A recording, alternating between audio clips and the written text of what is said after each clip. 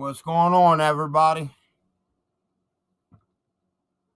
I got a special video I'm going to be bringing to you. It's going to be a several part series. Secure Our Rights, official news media, U.S. press. How you doing? Just a little background information about me personally. Like I told you, after so many videos, I begin sharing my personal life with you. Before the life I have now, I was a convict for 18 years. From the time I was 16 years old to the time I was 34. From 1986 to 2004. I got bounded over and tried as an adult for aggravated robbery, felonious assault. They dropped the felonious assault, kept the ag rob in the adult court. I did 18 years on the 5 to 25, most of that in Lucasville, and yes, I was there in 1990s during the riot. I'll share more with that. I started at Old Mansfield, went to Lebanon. Shortly after, I went to Lucasville, where I spent the majority of my time. After that, dropped down classifications and stuff like that. I ended up at Ross Correctional, and then paroled. I'm off paper, been off paper for 20 years now coming up. 2024 will be my 20-year mark being out. No crimes. I own my own home now. I have a family. I broke all the molds of all the statistics. I have not returned. So enough about me, and let's get into the video to introduce you. I know it's going to be worth the watch. And then you can get into the mindset of what I'm going to reveal. Now let's get into the video.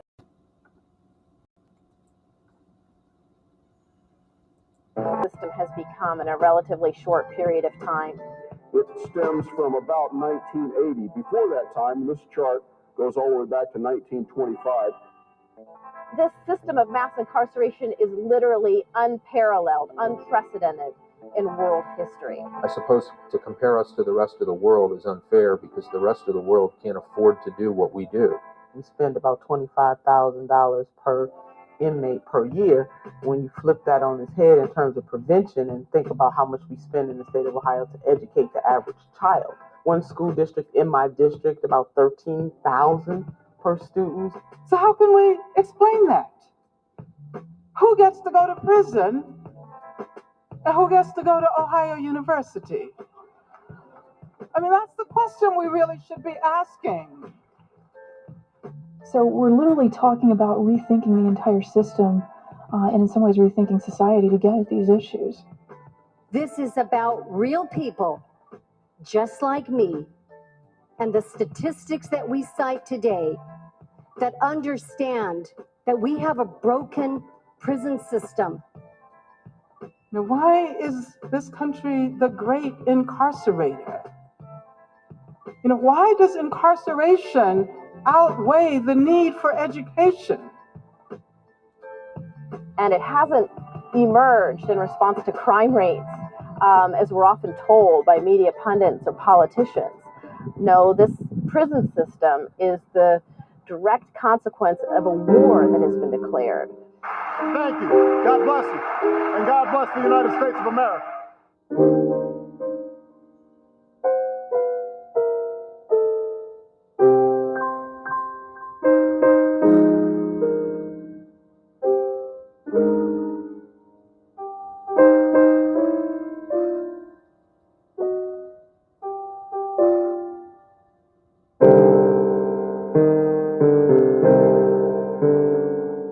There are people that need to be locked up.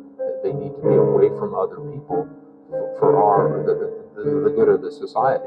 Some people belong there. I am a staunch advocate for public safety. period. And so tend to have very little concern or care for how they are treated because they're the bad guys. They're bad people. They deserve anything that's going on to them. Let's go on to what's next that's going to be pleasing to the public eye. Makes that certain part of the male body larger. Noticeably larger.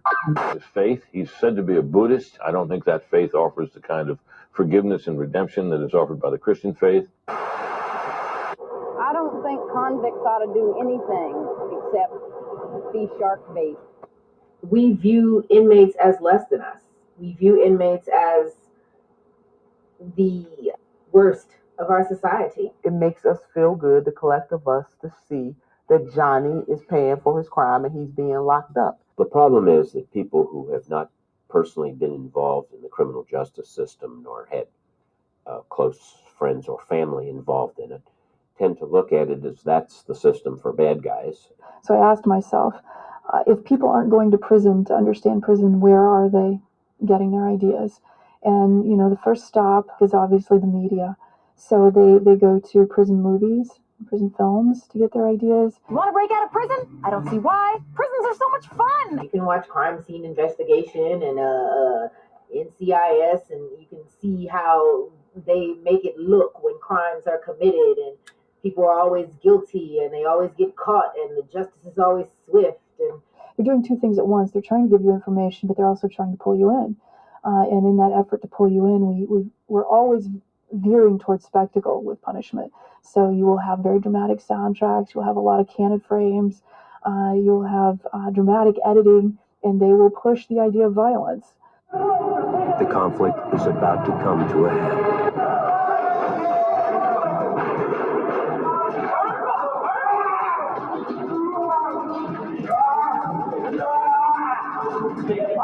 Murder, extortion, robbery, prostitution,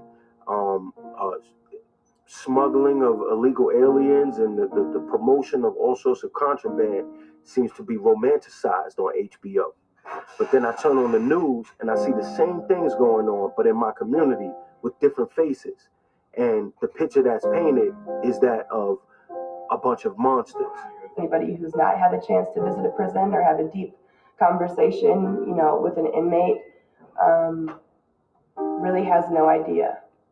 They're caught up in this world where they pull from this vast resource of imagery, and in making those choices, they come up with their own approach, their own ideas about what it means to punish and what it means to deserve punishment, and their ideas of justice and fairness are bound up with that, and that's a really, you know, precarious place to be making those kinds of assumptions. And I think they are assumptions. So, you know, I operate in classrooms all the time where my students assume they know quite a bit about what it means to be in prison because they've seen documentaries on TV or they've watched Shawshank Redemption. You know, 21 years of socialization kind of came crashing down real quick. there are states right now like California that are teetering on the edge of bankruptcy in large part because they have invested millions of dollars in a prison system and neglected their infrastructure and neglected education. They can no longer sustain the size of the prison system they've created. California is home to the largest prison system in the Western industrialized world, over 170,000 inmates to date now. This is more than countries such as France, Germany, Great Britain, Japan, Singapore, and the Netherlands combined. Californians in the last 25 years have wanted to put people in prison. Prisons we're going to make us safe. Prison somehow is going to make those that have safe from those that don't.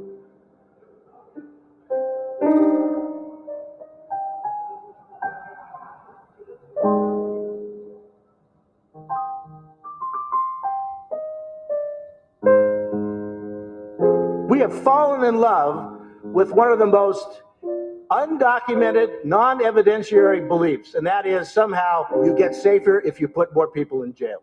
We believe a prisoner release order of 37,000, 47,000, 57,000 are all too big, and it's unsafe.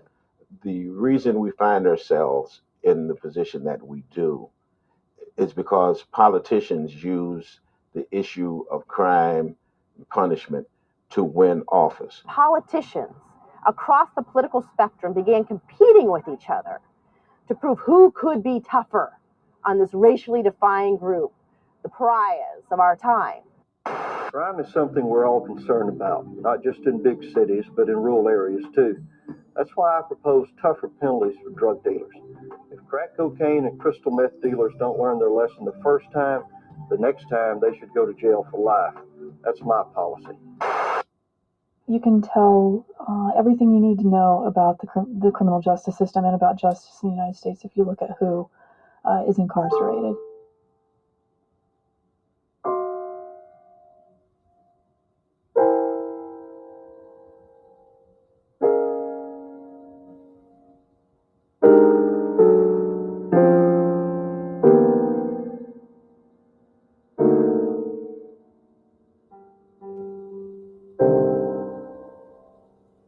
If 70% of drug abusers are white and 70% of the inmates incarcerated for drug abuse are black, we have a problem.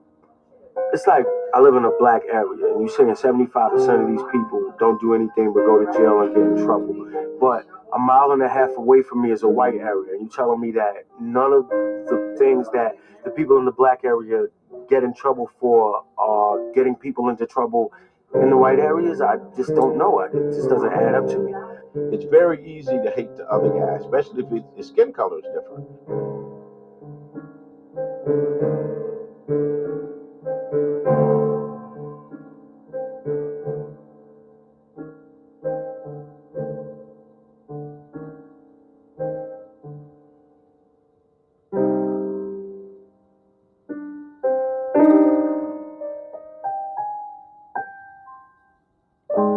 How is it that more African American males are locked up?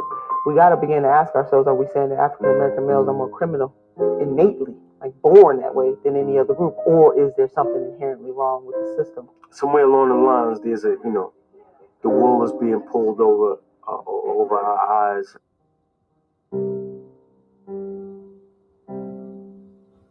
The remnants, the sediments, the hauntings of slavery are nowhere as evident as they are in the prison system.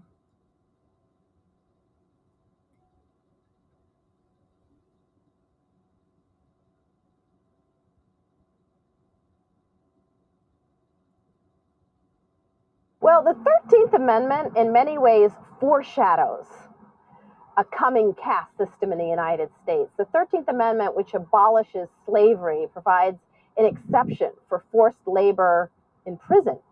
So slavery is still legal in the United States as long as you're in prison.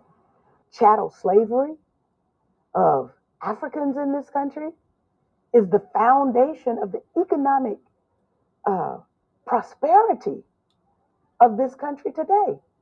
Well, the reason I refer to mass incarceration as a caste system is because there are so many rules, laws, policies, and practices that operate to lock people into a permanent second-class status by law for the rest of their lives. What is our raw material when we deal with the prison industrial complex?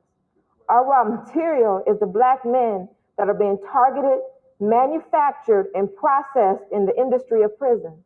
Whoa. With deindustrialization and globalization, the end of factory work as we once knew it in the United States, I think we have entered into an era in which black and brown men, to a large degree, are viewed as no longer necessary to the functioning of the U.S. economy. No longer needed to pick cotton in the fields or labor in factories. Black and brown folks are now viewed as disposable. Because we inhabit a country that encourages historical amnesia, that does not encourage us to inhabit our histories and understand the way in which we are inhabited by those histories, we fail to detect the ways in which slavery was not fully abolished. You're never going to be able to lock away America's social problems, and a lot of it has to do with drug policy. The war on drugs and the Get Tough movement was undoubtedly launched with black folks in mind. There's no doubt about it. H.R. Haldeman, Nixon's former chief of staff, said explicitly, the whole problem is really the blacks. The key is to devise a system that recognizes this while not appearing to. We've turned the corner on drug addiction in the United States. Drug addiction in the United States is under control. The numbers on drug abuse are terrifying. Too often we've fallen into the trap of using nice, easy, pleasant, liberal language about drugs. Well, language will not sugarcoat overdoses, suicides, and ruined lives. Drug convictions have increased more than 1,000% since the drug war officially began in 1982. Go to any public high school in the Bronx and ask the young people, how many of you have ever been stopped by the police? Without fail, almost every hand in the classroom in high school will go up. Ladies and gentlemen, we do intend to prevail. The scourge will end. Although the Republican Party gave birth to the drug war, Democrats and President Clinton himself, vowed to prove that no one could be tougher on crime than them.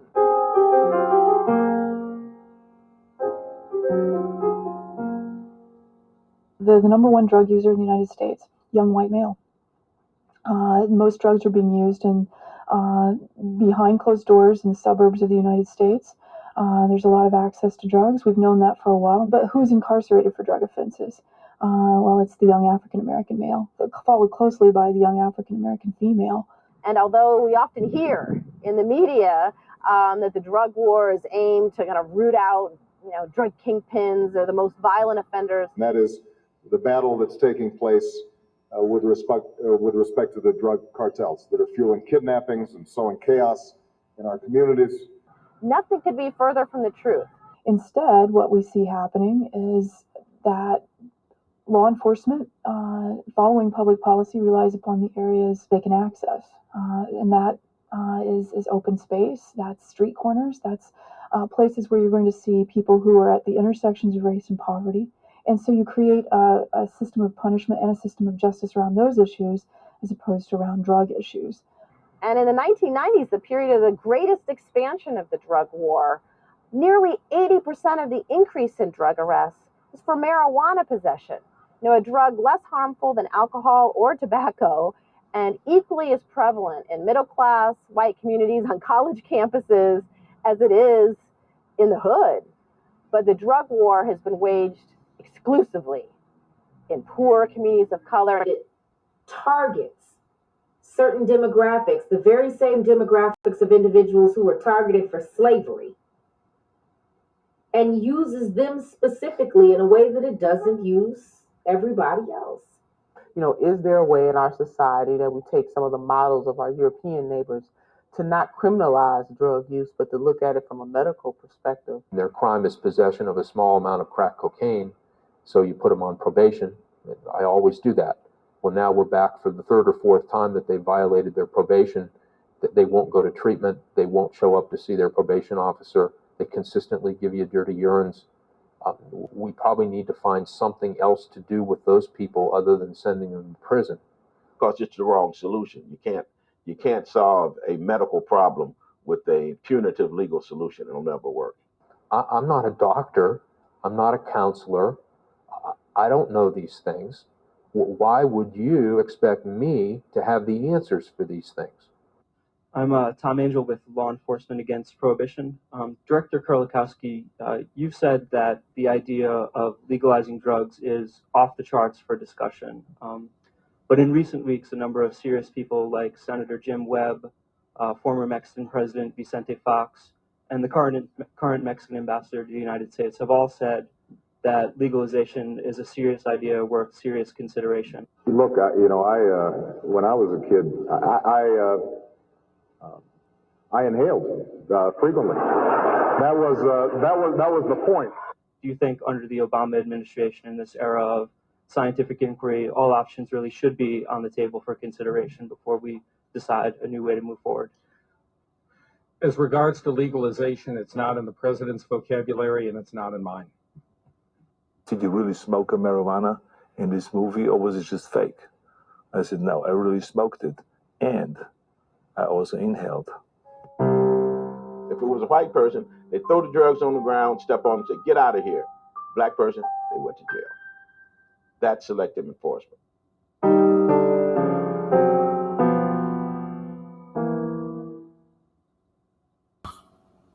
Next part 2. Make sure you subscribe, like, share, hit all the bell notifications, and encourage others to come over and subscribe also. Thank you and have a good day. And I'll see you in the next video.